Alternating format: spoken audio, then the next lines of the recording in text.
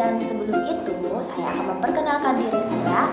Perkenalkan, nama saya Lisa Yanti, stam buku 20 023612010844. Saya dari jurusan Manajemen Fakultas Ekonomi Universitas Anti Jerman. Mungkin ada dari kalian bertanya-tanya, apa sih manajemen organizing itu, untuk apa organizing itu, dan apa tujuan dari mempelajari organizing? Berikut penjelasan mengenai organizing. Kita masuk ke dalam organizing atau pembagian kerja. Pembagian kerja ini berkaitan dengan planning atau perencanaan, karena organizing juga harus diplanningkan atau direncanakan. Organizing atau pengorganisasian merupakan fungsi manajemen dan merupakan suatu proses yang dinamis. Menurut Bapak Hasibuan, pengorganisasian merupakan suatu proses penentuan, pengelompokan, dan pengaturan bermacam-macam aktivitas yang diperlukan untuk mencapai tujuan.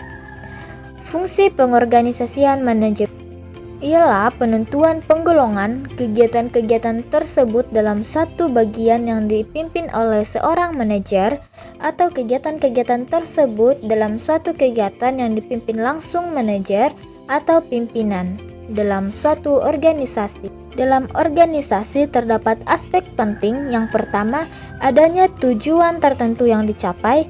Kedua, adanya sistem kerjasama. Ketiga, adanya pembagian kerja.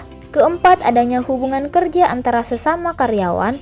Kelima, adanya penetapan dan pengelompokan pekerja dan terintegrasi. Kelima, adanya keterikatan formal dan tata tertib yang harus ditaati. Adanya pendelegasian wewenang dan terkoordinasi oleh tugas-tugas. Adanya unsur-unsur dan alat-alat organisasi. Adanya penempatan orang-orang. Kenapa organisasi sangat penting dalam manajemen?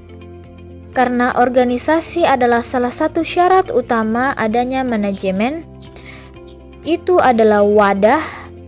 Tanpa adanya organisasi, manajemen tidak ada.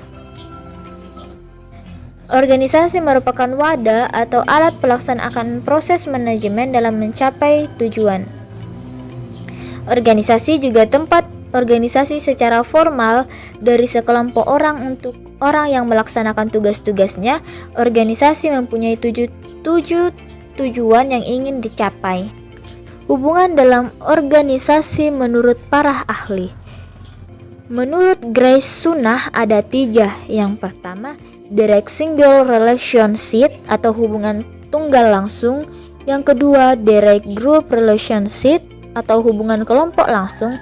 Dan ketiga, cross relationship atau hubungan silang. Menurut Hasibuan ada 2. Yang pertama vertikal dan yang kedua horizontal. Proses pengorganisasian ada 8. Yang pertama, manajer harus mengetahui tujuan organisasi yang ingin dicapai, penentuan kegiatan-kegiatan, pengelompokan kegiatan tersebut, pendelegasian wewenang, rentang kendali, peranan perorangan, tipe-tipe dari organisasi, struktur organisasi, bentuk-bentuk organisasi. Organisasi garis dan staf, pengorganisasian fungsional, organisasi komite,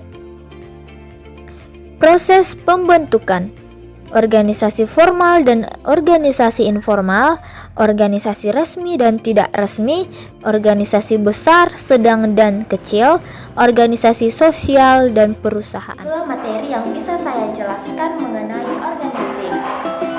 Jangan lupa like, comment, and subscribe video ini, share ke teman-teman kalian agar ilmunya bisa bermanfaat. Ingat, tetap di rumah, hindari keramaian, jaga kebersihan, dan